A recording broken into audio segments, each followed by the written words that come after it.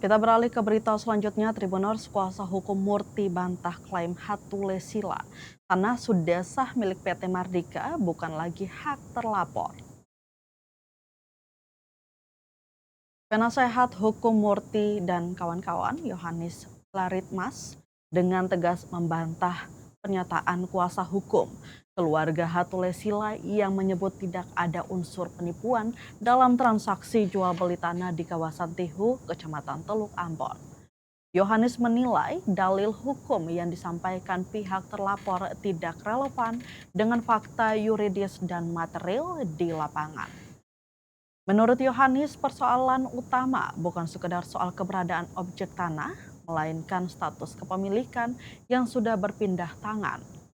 Ia menegaskan lahan yang diperjualbelikan kepada kliennya secara sah telah menjadi milik PT Mardika Sarana Engineering.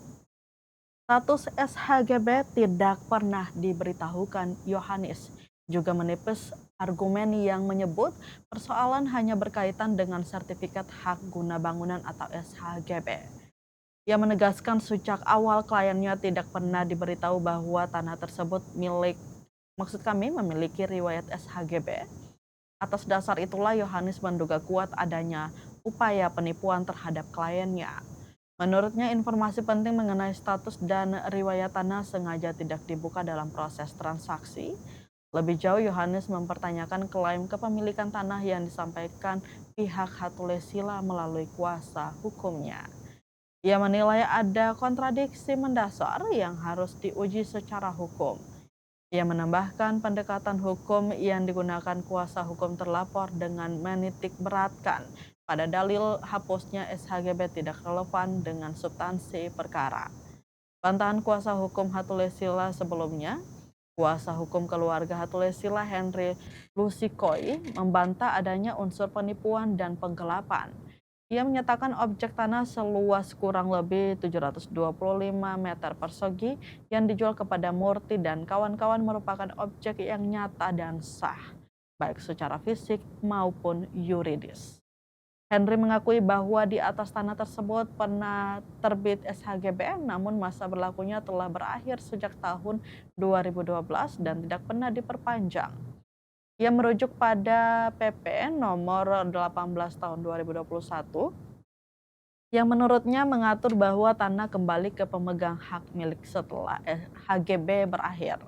Menurut Henry, persoalan muncul akibat hambatan administratif di kantor pertanahan Kota Ambon, bukan karena adanya niat jahat dalam transaksi jual beli tanah. Namun bagi Yohanes Laritmas, penjelasan tersebut tidak menghapus dugaan pidana yang telah dilaporkan kliennya ke polisi. Ia menegaskan jika benar tanah tersebut sudah beralih menjadi milik PT Mardika, maka transaksi yang dilakukan pihak Hatulesila berpotensi memenuhi unsur penipuan dan penggelapan. Diberitakan sebelumnya Murti, 44 tahun, melaporkan dugaan penipuan dan penggelapan ini ke Polresta Pulau Ambon dan Pulau-Pulau Lease pada 23 Desember 2025 dengan nomor laporan LP-B-788-12 angka Romawi _2025-SPKT-Polresta Ambon Polda Maluku. Dalam laporan tersebut, 3 nama dilaporkan sebagai terlapor, yakni Yakobus Hatulesila, Wenan Hatulesila, dan Janwil Hatulesila. Hingga kini perkara tersebut masih dalam proses penanganan aparat kepolisian. Download Tribun X sekarang, menghadirkan lokal menjadi Indonesia.